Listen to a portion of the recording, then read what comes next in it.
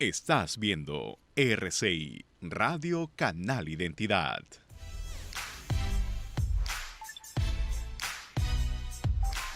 Buenos días amigos, bienvenidos a Ni con Dios ni con el Diablo.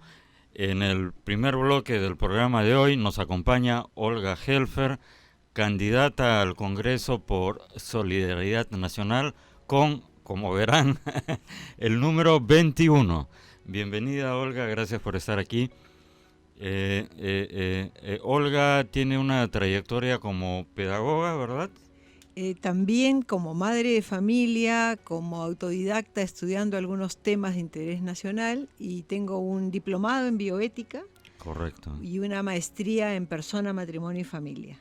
Muy bien. ¿Qué te ha impulsado? La política, dicen, es muy ingrata, más en estos tiempos, más en nuestro país. ¿Cómo así te decidiste a postular al Congreso? Bueno, indudablemente que salir de la esfera privada a la esfera pública, como es la política, es una decisión que he tomado por varias razones. En primer lugar, siempre hay algo de vena política en mi familia, ¿no? O sea, por el apellido Helfer. Claro. Pero recordá, ministra de Educación, claro, en los años 90. Y muy comprometidos con la persona humana, ¿no? O sea, buscar siempre el bien de la persona humana. Entonces eso lo he vivido mucho en mi familia, hasta en las discusiones políticas, en mi casa, con mi padre, con mis hermanos, donde también se apreciaban distintos puntos de vista. Entonces sabíamos respetarnos las ideas, y eso creo que es un poco la vida democrática. Aprender a que cada uno puede tener una opción y escuchar al otro y respetarse. Y no incide en nada el tema del cariño, del amor que uno tenga por los miembros de la familia. Y eso creo que también me motivó un poco a entrar en la política, porque veo que la política peruana en cierta forma se ha distorsionado. Ha llegado un momento en que peruanos contra peruanos y no buscamos... Mucha crispación, ¿no es claro, cierto? y no buscamos el bien del país. Entonces, si yo entro en la política, me gustaría, en primer lugar, cambiarle un poco el tono, y en lugar de estar en los dimes y diretes, abordar los temas cruciales del país. Los temas de fondo, muy bien. ¿Por qué Solidaridad Nacional? Bueno, Solidaridad Nacional, en primer lugar, es un partido que me ha invitado, y también la política es el arte de lo posible. Pero después de hacer un estudio y una lectura del plan de Solidaridad Nacional, lo suscribo, porque si bien habla de una libertad de empresa, habla de todo el tema de la importancia de la institucionalidad, de la Constitución, tiene un sentido, como lo dice la palabra, solidaridad. Y en sus planes de gobierno está ese sentido de compromiso del Estado por el bien de los que menos tienen, está el compromiso de la empresa con los que menos tienen, y la participación de todos para sacar adelante el país. Así que yo creo que reafirmo, y además me he encontrado con gente en las reuniones que hemos tenido de coordinación, con gente de mucho valor y de mucha trayectoria. Por ejemplo, está el doctor Luis Solari, a quien lo conozco personalmente, y que también apuesta, ¿no?, por todo el tema de familia, de vida. Entonces, me siento, la verdad, que cómoda en Solidaridad actualmente. ¿Tú irías de acuerdo digamos, a lo que mencionas de las reuniones que has tenido con los otros candidatos, que se trataría de un bloque pro mercado en lo económico y, digamos, pro familia en lo social? Exactamente, o sea, es defender exactamente, primero la institucionalidad, es decir, devolverle al país que vuelva a tener ese equilibrio de poderes. Eso está, creo que, en el consenso de todos. Después está también el defender el modelo económico, pero un modelo económico que nos ha permitido crecer y ha permitido que muchas familias, por ejemplo, tengan ese incentivo de crear su propia empresa y que tengan la facilidad de hacerlo, ¿no? Y bueno, seguir motivando este modelo económico, pero evidentemente también está ese sentido social de responsabilidad, ¿no? Entonces, y evidentemente también devolverle a la política el sentido de por qué existe el Estado, por qué existe la democracia. Y el Estado existe justamente en bien de la persona humana, de recuperar su dignidad y de fomentar la familia, porque la familia es una institución fundamental. Un Estado que ignora a la familia, que no la promueve y que más bien hemos tenido, lamentablemente, en el año 2018, que el presidente Vizcarra derogó una ley de fortalecimiento de la familia. Entonces, y yo creo que eso es un grave error. A ver, recuérdanos un poco, por favor, esa ley. No tenía presente sí, el hecho. Es una ley en la que se fortalecía la familia de distintas formas, ¿no? O sea, en cumplimiento del artículo 4 de la Constitución, que dice que la familia, o sea, que el Estado, ¿no?, promueve el matrimonio y protege a la familia. Y esta ley, en varios artículos, desarrollaba toda esta parte de la Constitución, y había un capítulo que a mí me parece que era muy importante, que era el concurso del Estado y las organizaciones privadas, llámese empresa, instituciones, ONGs, grupos religiosos, lo que sea, que podían colaborar con el Estado en el fortalecimiento de la familia. Entonces, por ejemplo, el municipio podía tener algún proyecto de fortalecimiento de la familia y podía tener una contratación con alguna institución que ayudara, por ejemplo, a educar a los padres en el tema de la no violencia, en el tema de la nutrición, en el tema de mejorar la educación de sus hijos. Entonces, yo creo que el Estado no puede abarcarlo todo. O sea, para eso existe también ese principio de subsidiariedad, que el Estado no se ocupe de aquellas cosas que los particulares nos podemos... Bueno, el ¿no? Estado debería ocuparse de lo mínimo posible, porque cada vez que mete la mano en algo, excepto determinadas áreas, ¿no? En el resto tiene que operar el sector privado y el mercado. Claro, y lo vemos, por ejemplo, yo también me pregunto, y cuando veía, ahora quiero estar detrás del otro lado del mostrador, ¿no? O sea, estaba un poco en la expectativa, ahora tomo la iniciativa de participar y digo, a ver, 200 años de vida republicana, ¿cuánto dinero se ha invertido en el desarrollo del país? ¿Y cómo es posible que tengamos todavía temas de nutrición, temas de viviendas insalubres, temas no resueltos? 200 años de vida republicana. Y si vemos el presupuesto de la República, ¿en qué se ha ido? Últimamente los datos son asombrosos. Todo en estudios técnicos. ¿Y en qué quedan los estudios técnicos? ¿Dónde se está invirtiendo en el verdadero desarrollo y creando oportunidades para que la gente en nuestro país verdaderamente se desarrolle? Bueno, si desagregas todo lo que se va, digamos, en gastos fijos de burocracia, más lo que mencionas de estudios, y en muchos ministerios hay ministros que contratan a su collera, por decirlo en español sencillo, en criollo, para hacer unos mamotretos que no sirven para nada, simplemente para justificar que contratas un asesor y que haga estudios. La estudiología y sumada a la tramitología frena, y al final lo que queda realmente líquido para lo que tú mencionas es una parte mínima, y a eso si le sumas la incapacidad de gasto, ¿no?, que es algo, yo diría, hasta inmoral y criminal. Tener un presupuesto y que no sepas gastarlo es terrible. Antes de hablar de tus propuestas, dos preguntas. Una, política.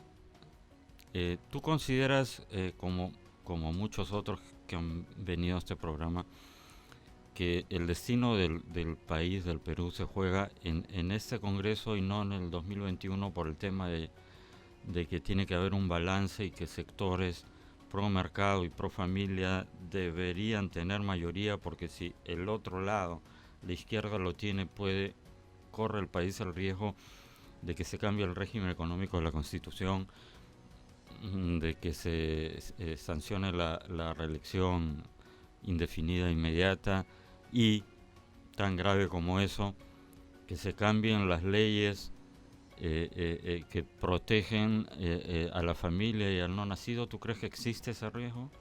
Yo sí creo, porque en la situación en la que hemos vivido en el último tiempo, un poco como que el Ejecutivo ha asumido ese rol de ser el único vocero del pueblo y ha trabajado en el medio público y en la opinión pública como para irrogarse ese poder, y no hay un equilibrio de poderes. Y yo creo que un Estado democrático necesita el equilibrio de poderes. Entonces, sí pienso que posiblemente es corto el tiempo, pero si entra gente capaz, si entra gente comprometida con el país, gente que verdaderamente quiere devolverle al país la institucionalidad y preservar aquello que nos ha permitido crecer, yo sí creo que este momento, por muy corto que sea, es importante. Porque dejarlo de lado, justamente a mí me preguntan, pero 1 año y medio, bueno, es porque no aspiro a un trabajo, aspiro a que en el Perú se resguarde lo que nos ha costado construir durante bastantes años. Entonces es tiempo también de asumir, y sí creo que este tiempo es importante. Después vendrán otros tiempos, pero yo creo que el tiempo que nos pertenece a las personas es el hoy. El futuro no sabemos. Así es. ¿Cuáles serían cuál sería tu plan de trabajo? ¿En qué áreas o en qué temas pondrías énfasis de llegar al Congreso? Bueno, en primer lugar, yo recuperaría esa ley de fortalecimiento de la familia y establecer alianzas entre el Estado y los particulares para solucionar los problemas fundamentales que tenemos hoy en día. Tenemos un problema de desnutrición, por ejemplo. Si hay una alianza Estado-familia, ¿dónde se nutren los niños? En la familia. Pero muchas veces la ignorancia hace que la familia no sepa, ¿no?, qué nutrientes darles a sus hijos. Entonces, el tema, por ejemplo, de violencia. A mí me asombra muchísimo cuando veo en las noticias chicos de 14, 18, 20 años ya en bandas agresivas de violencia, pero eso es un problema de familia. Entonces tiene que haber una alianza de fortalecimiento de la familia, porque los padres de familia muchas veces cometen el error, o además por la situación económica, ¿no? Una madre de familia, y yo estoy atenta muchas veces a esa realidad que tal vez no me ha tocado a mí, pero que la conozco de cerca porque he visitado, por ejemplo, voy al Porvenir, voy a la Parada, voy a visitar a las monjitas que están por ahí, y entonces veo, por ejemplo, una madre de familia se levanta a 4 de la mañana a preparar el alimento de sus hijos para después irse a trabajar todas las horas. ¿Qué hacen los hijos en la calle? Entonces, si trabajamos ese fortalecimiento de la familia, darles a las familias alternativas, por ejemplo, de extensión curricular, clubes, pero en alianza, el Estado no, en alianza con cuantas instituciones que quieren hacerle el bien a las personas. Entonces, yo voy a trabajar en ese tema, el tema de la vivienda, problemas de salud no resueltos, o sea, todas esas leyes de esa necesidad que hay en nuestro país. Y en cuanto a la violencia contra la mujer, porque yo pienso que hablar de violencia de género en cierta forma invisibiliza a la mujer. La violencia contra la mujer en realidad también es una violencia contra la familia, porque aquel hombre que maltrata, no hablemos ya del feminicidio, hablemos del maltrato físico y psicológico de la mujer, está maltratando a sus hijos. Bueno, antes se hablaba de violencia familiar, antes que saliera todo este tema de género y todo, el concepto era la violencia familiar, porque efectivamente un niño que crece en un hogar donde ve que el padre agrede a la madre, o hay algunos casos también la madre al padre, aunque son, digamos, una cantidad porcentualmente muy pequeña, evidentemente se está nutriendo y eso está impactando a toda la familia, ¿no es cierto? Claro, no entonces solo. Es violencia familiar en realidad, en el fondo, ¿no? Claro, entonces, a ver, por ejemplo, creo que con un poco de creatividad, cuando una persona tiene, o sea, un varón, por ejemplo, ¿no?, tiene ese tipo de conducta y hay una denuncia de la mujer de agresión, de golpe, entonces tiene que haber una acción inmediata, no solo de la policía. Se pueden crear instituciones educativas, porque ese hombre tal vez ha tenido toda una historia, como dicen los psicólogos, una mochila y no sabe lo que es tratar a una persona. Claro, a su vez está recreando, replicando lo que a su vez vivió en su infancia, porque es lamentablemente una cadena que se transmite. Puede ocurrir en algunos casos desde un punto de vista, como tú mencionas, que decide tirar la mochila y dice no voy a repetir lo que yo he visto en mi casa, ¿no? Pero lamentablemente en la mayoría de los casos de una manera casi automática repite lo que vivió en su infancia. Vamos a seguir hablando, nos vamos a un pequeñísimo corte, regresamos, amigos, en Ni con Dios ni con el Diablo. Gracias. Ni con Dios ni con el diablo. Volvemos. Estás viendo RCI, Radio Canal Identidad.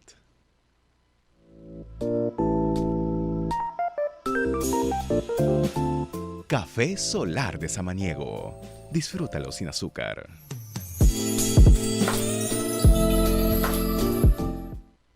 Estás viendo RCI, Radio Canal Identidad. Ni con Dios ni con el diablo. Continuamos. Amigos, volvemos en el segmento final de este primer bloque. Estamos con Olga Helfer, candidata con el número 21 al Congreso en Solidaridad Nacional. Quería preguntarte, ya que tienes una especialidad en bioética, y esto tiene que ver con el tema que hemos estado hablando, creo, de la familia. Vivimos en una época, empezó un poco con el relativismo moral, ¿no? Yo tengo mi verdad, tú tienes tu verdad. No, es decir, yo tengo mi opinión y tú tienes la tuya, pero hay una sola verdad, es decir, no puede haber dos verdades, ¿no?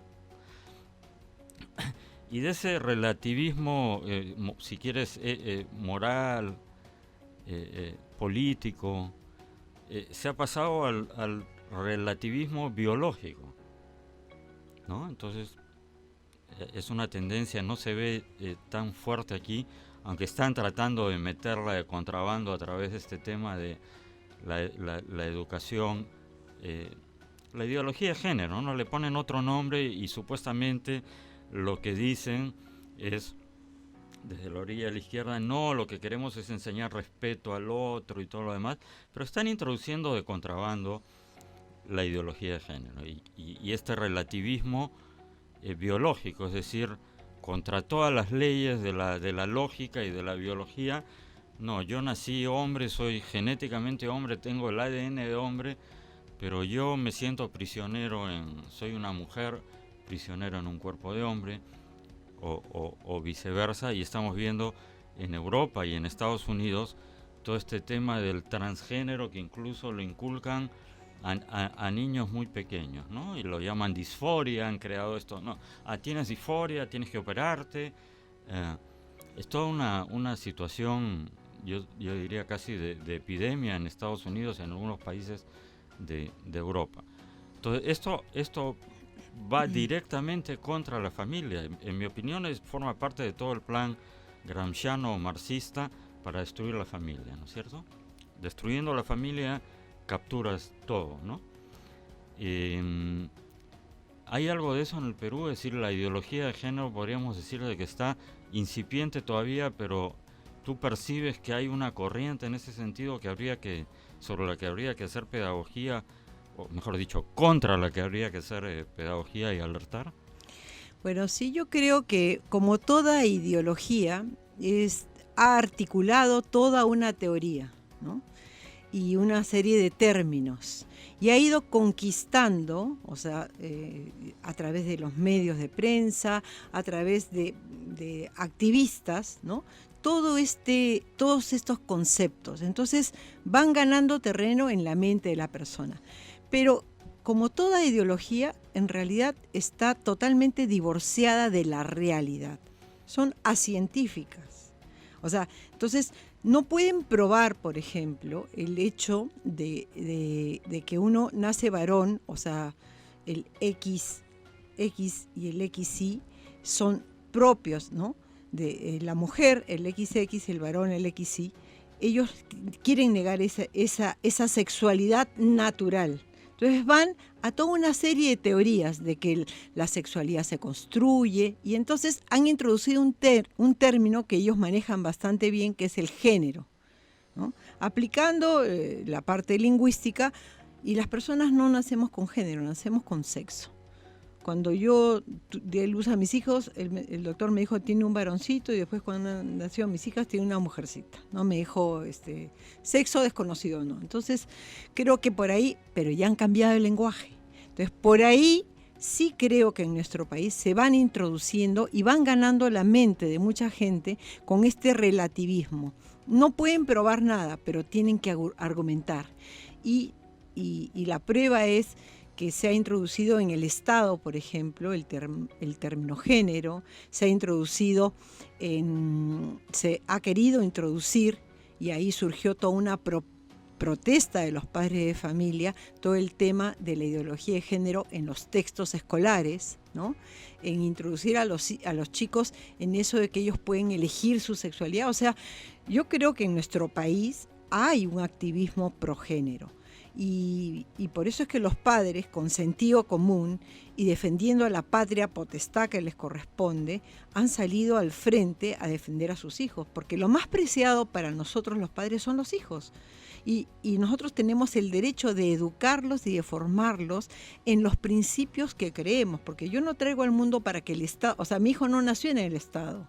El Estado me tiene que apoyar a mí, pero no puede cambiar la percepción del mundo y de la vida. Entonces, sí creo que hay que tener mucho cuidado con el tema del género, porque sí está conquistando, y también está conquistando un poco la mente de la gente. Nos han hecho creer que violencia de género equivale a defender a la mujer. Yo personalmente, como mujer, yo creo que la mujer tiene un valor del mismo valor que tiene el varón en su dignidad y como persona, que es verdad, en algunos casos está relegada por un machismo, es decir, por una distorsión de lo que es el varón. Sí existe la violencia contra la mujer y también contra los hijos y contra la familia, en algunos casos por esos varones que han entendido que el ser varón es maltratar a la mujer o imponerse sobre ella. Entonces, yo personalmente creo que sí hay que evitar y hay que, al contrario, defender a la mujer de toda violencia. Creo en la igualdad de los derechos de la mujer, pero no me hagan creer que la ideología de género es lo mismo que defender a la mujer.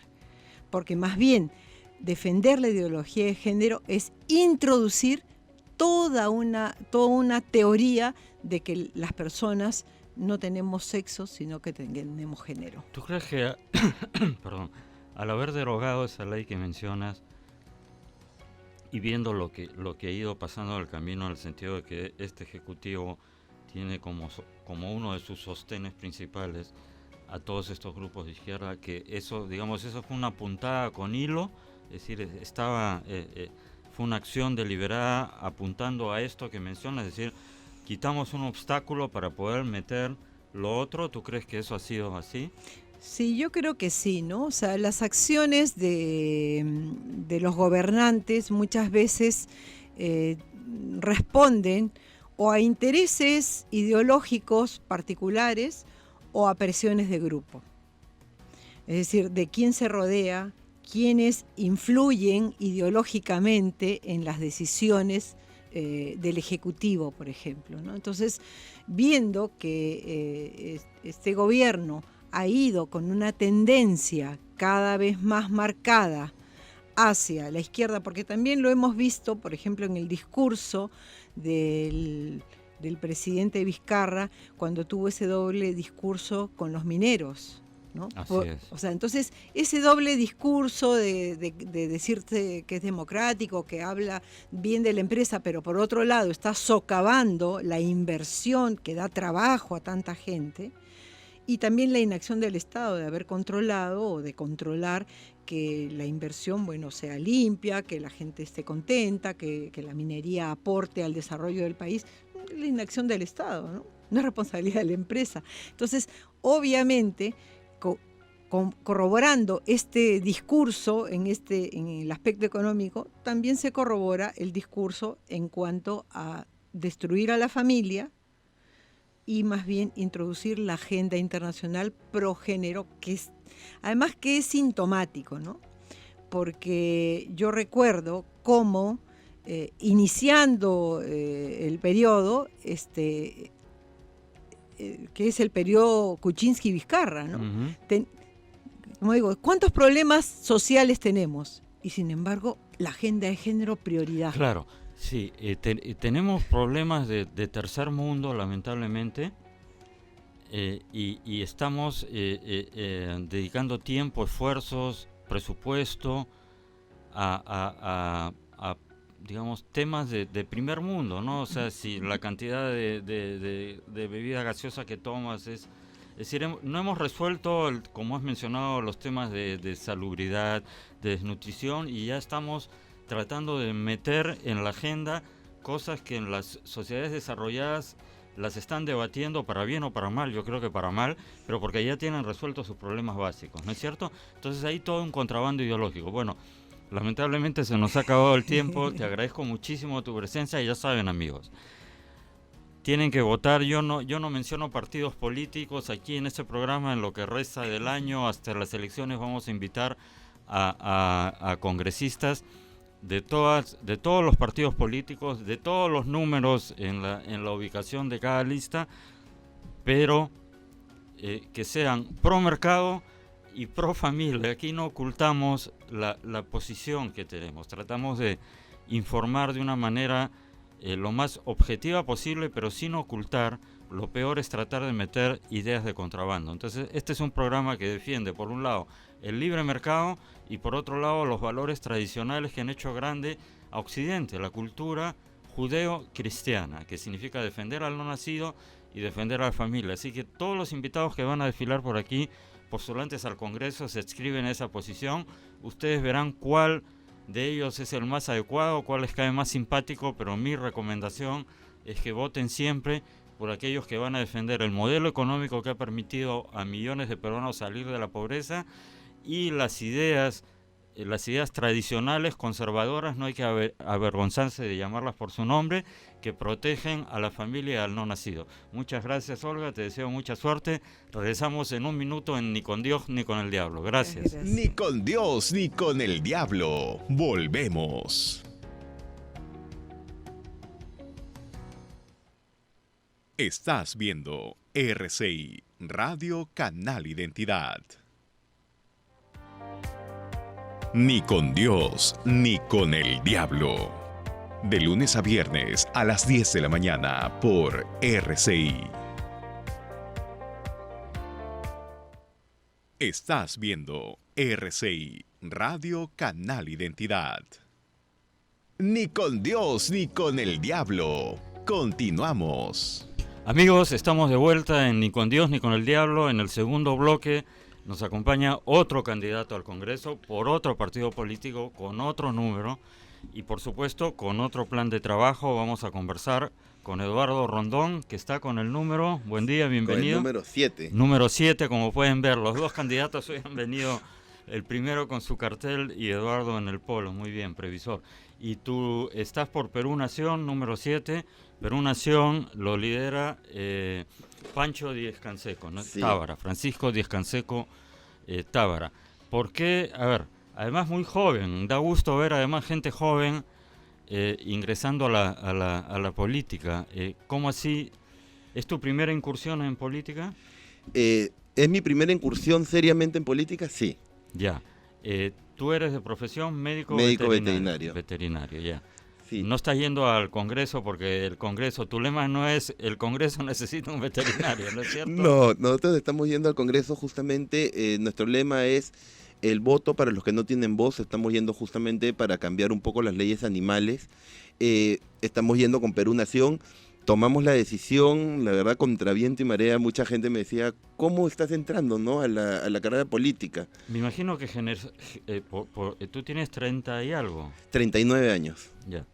Y base 3 cerca de base 4, te habrán dicho, la mayoría huye de la política como de la peste, no te metas en eso, ¿no? sí, Hay una muy mala en tu generación, hay una muy, lamentablemente, ¿no? Hay una especie de fobia, de alergia, de rechazo a la política, ¿cierto? sí, hay un dicho, bueno, ya lo dijo Bukele, el presidente de Salvador, dijo, no le tengan miedo a la política no es mala, la gente es mala. Tenemos que cambiar esa idea. Nosotros tenemos que entrar justamente a renovar todos los sentidos. Nosotros estamos entrando, bueno, por lo menos yo estoy tratando de entrar a cambiar el sentido que se había visto la política antigua, regresar a los valores del amor al prójimo, de querernos. Sé que es difícil, ahora estamos en una época muy crispada. Sí. Exacto, pero se puede regresar. Cogí Perú Nación, el señor Pancho Vizcaseca, un caballero. Nuestro lema del partido es limpio de toda corrupción. Pueden buscarnos, rebuscarnos, buscar antecedentes judiciales, penales, lo que quieran, no van a encontrar ni una tacha a ninguno de nuestros candidatos. Todos somos nuevos en política, gente de trayectoria en diferentes campos, pero 100% limpios. Y lo más lindo es que es por primera vez que un partido está mandando 3 animalistas. Esto, nos estamos dedicando justamente a enseñarle a la gente a querer a los animales, al respeto a los demás y a poder hacer unas nuevas obras, ¿no? Bueno, empieza por ahí, ¿no? Una persona que no respeta a los animales o que se ensaña y lamentablemente se ve actos de sadismo con animales, tampoco va a respetar ni a su familia, ni al prójimo, ni a la sociedad. Es obvio, ¿no? Sí, hay un dicho que dice, ¿no? Enséñame a un pueblo cómo trata a los animales y te diré cómo son ellos. Entonces estás yendo en Perú Nación, que es un partido pro mercado y pro valores, digamos. Perfecto. ¿No es cierto? Sí. Y tu agenda de trabajo se enfocaría en... Hay tres grandes cambios que yo quiero hacer. Uno es entrar a los colegios, no solo al colegio médico, sino hacer una buena fiscalización en todos los colegios profesionales. Eso lo estamos viendo justamente porque vemos en la parte veterinaria hay mucho descontrol. Si es que sancionan a un médico, en verdad esas sanciones quedan en el olvido, el médico puede seguir ejerciendo. Y a la hora que estuve hablando con la gente del día a día, me decían de que mucha gente ha tenido problemas no solo entre veterinarios, sino con el colegio médico, con el colegio de arquitectos, con el colegio de abogados. Se tiene que poder cumplir las leyes para cada profesión. Segundo, estamos viendo incursionar un poco la salud pública con la veterinaria. Nosotros estamos proponiendo sacar una ley para declarar en emergencia la salud pública veterinaria y poder hacer un hospital veterinario, no con los bolsillos de los del Estado, exacto. Porque mucha gente me dice, ¿y de dónde va a salir la plata? Eso se va a manejar mediante mesas de diálogo con diversas universidades y con las municipalidades. Ahorita tenemos muchas clínicas municipales y tenemos muchas clínicas universitarias. No están articuladas. No están articuladas. O sea, hacer una red como existe en la salud pública para los seres humanos. Exacto. Una red. Sí, y lo más interesante es que lo que queremos es ayudar a que el veterinario tenga una mayor educación, una mayor capacitación, pudiendo tener un hospital gratuito. Eso sí, es un hospital gratuito para perros de la calle, lugares de albergues y perros en abandono.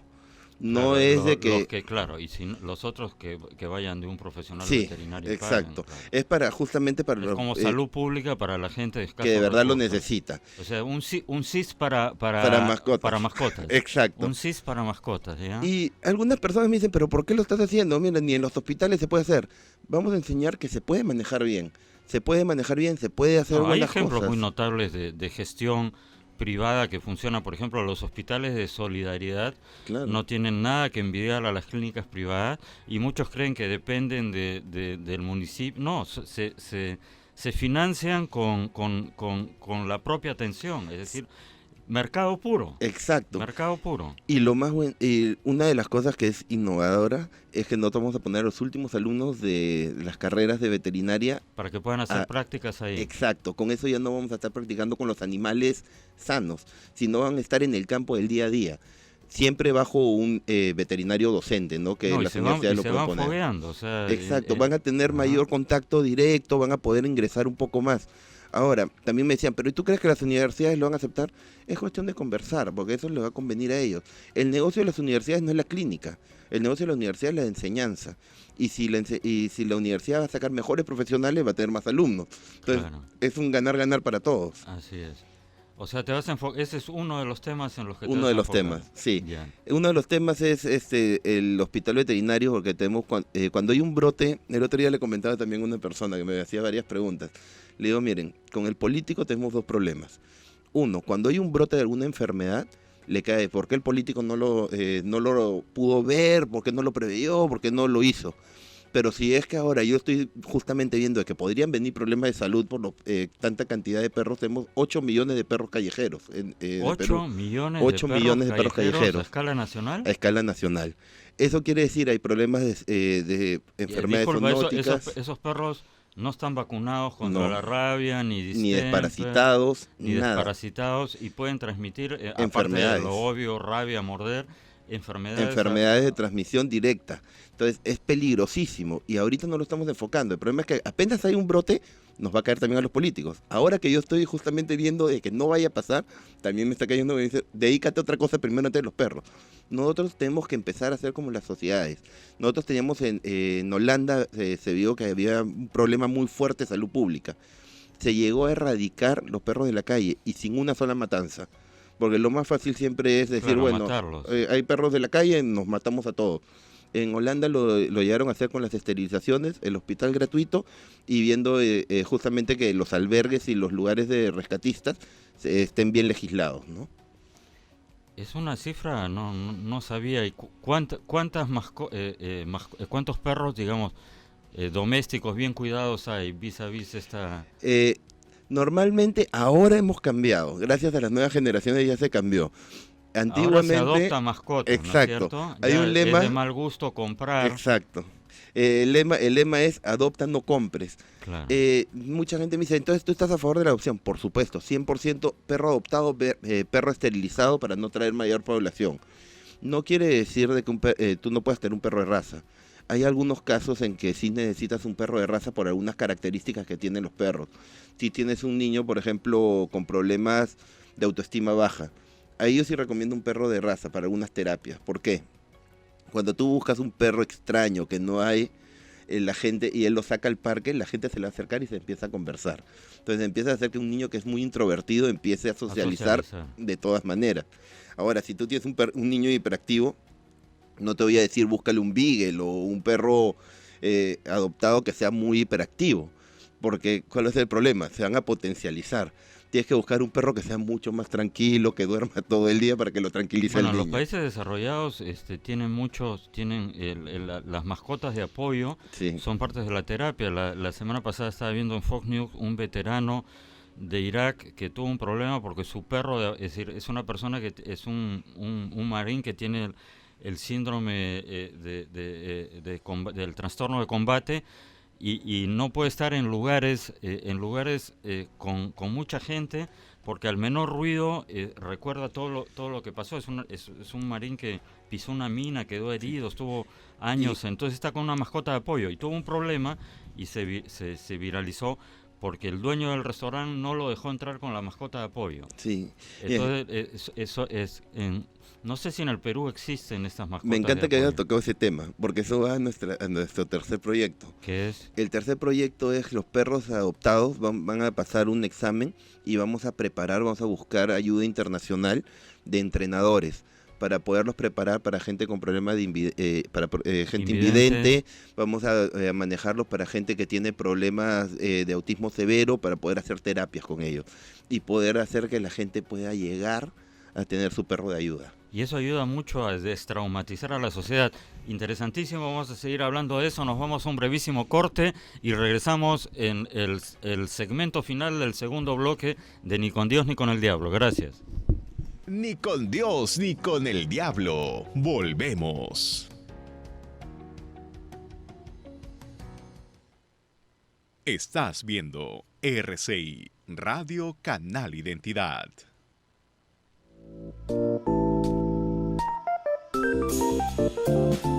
Café Solar de Samaniego. Disfrútalo sin azúcar.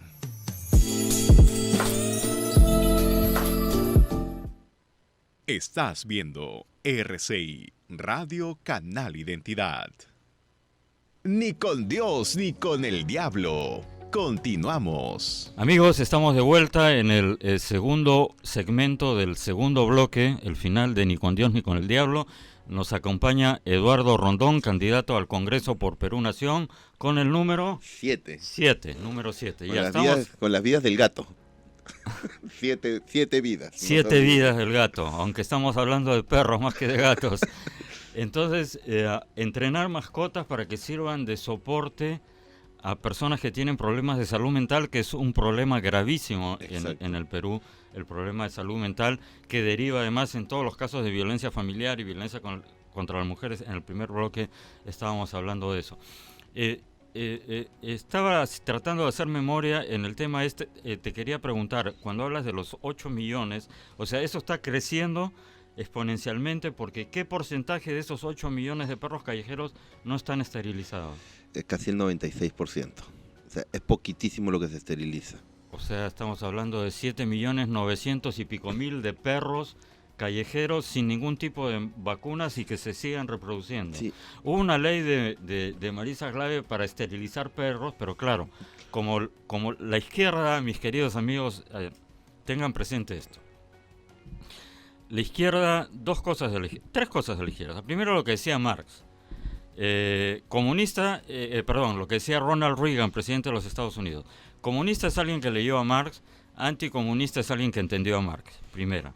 Segunda, la izquierda ama tanto a los pobres que los crea por millones. Y tercero, la izquierda es especialista en gastar el dinero ajeno. Entonces, claro, muy bonita la ley de Marisa Glave, hay que esterilizar a los perros, pero ¿quién lo va a hacer? Las clínicas privadas gratis, ¿no es cierto? O sea, claro, o sea, tú inviertes en una clínica privada, estudias años y todo, y después gratis, es el mantra de la izquierda. Con este hospital que sería financiado por las universidades que tienen presupuesto de sobra, quizás los colegios profesionales, o por lo menos el veterinario con las cuotas privadas de los veterinarios podría aportar. ¿Tú crees que en cuánto tiempo calculas que se podría esterilizar a esta población Nosotros hemos hecho un cálculo y es bien interesante que en 6 años no van a haber perros en la calle. 6 años. Y en 6 años vamos a haber cambiado la mentalidad completa y vamos a poder estar a la par de otros países evolucionados. ¿Por qué? Porque cuando tú entrenas, justamente como lo decía Suri, si tú entrenas a la población, no solo a cuidar a las mascotas, estás enseñándole a los niños. Esos niños cuando crezcan no van a ser niños agresivos que van a generar violencia familiar. Cuando tú ves un niño que maltrata a un animal, es un potencial agresor. Porque hubo un estudio que decían que la mayoría de gente que maltrataba a los animales después terminaba maltratando a la esposa o generando homicidios. Eso tenemos que regresar nuevamente a enseñarle al niño a tener compasión. Y con lo de las esterilizaciones, todo el mundo trata de hacer lo mejor que puede, pero desgraciadamente lo hemos visto. El mejor ejemplo que tenemos es el Parque Kennedy. La Asociación de Parque Kennedy ha tenido muchos problemas, ha sufrido de falta de fondos, ha tratado de hacer lo mejor posible, ha podido mantener a la población de gatos esterilizados, pero no se da abasto para más. Y la gente sigue llegando al parque abandonándole más gatos. Entonces, claro, eso te quería preguntar. ¿Se puede medir, cuantificar de esos 8 millones, cuántos, digamos, son perros callejeros reproducidos y cuántos en realidad han sido abandonados en la calle? Porque el problema, gran parte del problema es educar para que no abandones a tu mascota, llévala a un albergue. Habría que tratar de incentivar también que haya más de estos albergues en los cuales hay gente que de su propio peculio adopta animales y los tiene ahí, o asociaciones como U, por ejemplo, ¿no es cierto? Habría que tratar de estimular e incentivar eso, ¿no? Y lo más importante, se estima que es entre un 75-25%. El 25% es de abandono y el 75% es, o sea, hay un tema de la calle. De educación por ahí pendiente, ¿no es cierto? Y no solo eso, sino las leyes tienen que ser más. La ley, la 3047, que tiene que ver con maltrato animal, hay otra ley, está penado, tiene que modificarse. Puedes ir hasta la cárcel, ¿no es cierto? El problema es que no se cumple. Hemos visto hace poco que un señor mató a un perro delante de un niño tirándolo contra el piso. Sí, bueno, O sea, todo es un eso... evento traumático para el niño y es una crueldad. Exacto, entonces todo eso se tiene que llegar a... esas leyes se tienen que modificar, se tienen que terminar de arreglar para que se puedan cumplir. Y en lo que son las esterilizaciones, a la hora que nosotros hacíamos los estudios, nosotros hemos visto todos los veterinarios que mucha gente que sale no tiene mucha experiencia esterilizando. Ya hemos visto errores garrafales. La mejor manera de que un veterinario no vaya a tener problemas después va a ser que pueda ver cómo se hace mediante un médico docente. Con las campañas de esterilización tú vas a tener tanta experiencia y vas a verlo del día a día que después no vas a cometer esos errores, que es lo que pasa con los médicos humanos en hospitales. Un médico que sale de un hospital, tú dices es una eminencia y lo buscas para que te atienda, porque ha tenido tantos casos. Así es decir, la práctica en profesiones como la medicina humana o veterinaria, evidentemente la práctica no tiene sustituto, entonces a lo mejor en una clínica privada, determinado tipo de operación, un médico lo hace 2 o 3 o 4 veces al año. Yo siempre, y en la salud pública está casi comiendo con una mano y operando con la otra. De día a día. Me imagino que con los veterinarios ocurre lo mismo. Te quería preguntar, hay profesiones en el Perú que tienen ya un exceso, un superávit, abogados, por ejemplo. Me parece que hay demasiados abogados, pero en el caso de los médicos veterinarios. Todavía. ¿Cuál es el número ideal que debería haber en un país, relación médico-veterinario, cantidad de población? La verdad es que el médico veterinario todavía no estamos ni en la quinta parte de lo que necesitamos. Ni en la quinta parte. Sí, ¿cuál es el problema? El problema es que, claro, veterinario que acaba, veterinario que quiere dedicarse a perros y gatos. Claro. En medicina de menores, sí estamos, todavía hay mercado, pero estamos casi al límite. El gran problema que tenemos es que no tenemos muchos veterinarios en lo que es educación, en lo que es investigación. Si cogemos de campo de la patología, de laboratorios, es muy difícil conseguirlo. En el área aviar, por ejemplo, en el área que tiene que ver con reproducción, algo tan sencillo que tiene que ver como gallinas ponedoras, no hay médicos que se dediquen a eso. Y bueno, lo otro pero eso es problema del Estado que también se tiene que cambiar. Tenemos muy pocos médicos que se dedican a ganado y a porcinos. ¿Por qué? Porque justamente está muy mal visto ese mercado. Esto es algo que normalmente la gente no sabe. Casi el 90% de la carne que se consume acá en el Perú es traída de afuera, no es carne nacional. ¿Por qué? Porque normalmente al ganadero ya no le es rentable poder mantener la carne. La carne la están trayendo de Bolivia, la están trayendo de Ecuador, la están trayendo de Brasil. Y no se les está cobrando un impuesto como se debería cobrar en otros países a la carne que entra y darle mayor producción al Estado. Mayor incentivo al producto nacional. Sí, bueno, es un tema, podríamos dedicar un programa entero a hablar de eso, no sé. A priori, subsidio, me dice subsidios y es como ajo a barreras de acceso y es como ajo al vampiro, yo creo que la competencia, pero bueno, podríamos hablar en otro momento de eso. A ver, para terminar, ya una cosa netamente política, dejando de lado tu métier, tu especialidad y los planes que tienes para el Congreso, que me parecen un ángulo distinto. No vas a vacunar contra la rabia a los otros congresistas, puedes estar tranquilos, no los vas a vacunar contra la rabia. Hay uno que le dicen el perro, a ver si llega ladrando allá también le pongo su vacuna. También lo vacunas. ¿Tú crees que el destino del Perú se juega a ver, te lo planteo de esta manera. Me imagino que estás postulando ahora y no en el siguiente periodo porque estás en el grupo de aquellos que piensan que el destino del Perú se juega en el 2020. Exacto. ¿Es así? Este congreso va a ser el más importante. Todo el mundo me decía, ¿por qué no te mandas en el 2021? La gente no se está dando cuenta que ahora se está tratando de hacer un cambio de constitución que no se debe de permitir. Ahora en este año y medio es donde tenemos que dejar que no entre la izquierda, porque si entra, desgraciadamente, el cambio que quieren hacer del plan económico... tiene mayoría la izquierda en el Congreso, a eso te refieres. Exacto. Tiene mayoría en 2 legislaturas ordinarias, sin necesidad de una asamblea constituyente ni nada, simplemente en 2 legislaturas ordinarias pueden modificar lo que quiera la Constitución, especialmente el capítulo económico. Exacto, ellos están con la idea de hacer el cambio económico. Pero una acción como bloque, como bloque defiende la economía de mercado. El capítulo no va a estar a favor. No vamos Seguro, a cambiarlo, no va a haber tránsfugas segurísimo. después que se pasan al otro lado, No, para que nada. sacan cachita y no. No, es más, nosotros defendemos el libre mercado, nosotros defendemos todo lo que es la economía, nos parece que es lo más importante. Si tú empiezas a hacer cambios, el país en vez de seguir subiendo va a empezar a retroceder rapidísimo. Ahora estamos estancados, estamos con un crecimiento creo del 2.6 estimado. Sí. Entonces, Y todos se empezó con 3.2, 3.1, 3, 2.9, 2.8 Sí. y bajando y bajando y bajando. sí, y la gente, por ejemplo, ese es un dato que todo el mundo me hablaba, ¿no? Me decía, ay, que mira, que Perú está creciendo poquito, pero Chile no está creciendo nada. Yo le digo, mira, con todo lo que ha pasado en Chile, igual va a crecer más que nosotros. O sea, tenemos que poner una estabilidad. Y otra cosa, ahora que estamos hablando ya de otros temas, tenemos que tener muchísimo, muchísimo cuidado con lo de Bolivia, porque mucha gente está hablando, mira, Bolivia se ha levantado. Son 3, 4 personas. Lo que pasa es que la gente no está mirando qué es lo que está pasando. Dicen, no, que quieren que Evo regrese. Evo ya no va a regresar.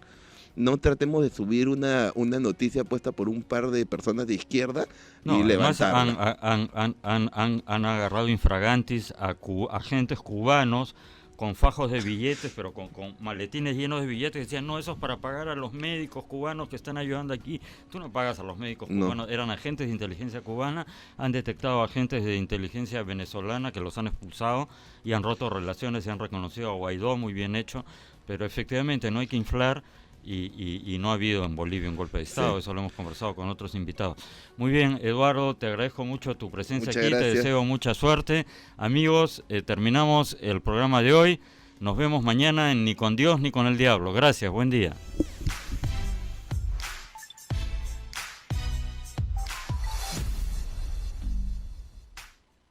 Estás viendo RCI, Radio Canal Identidad.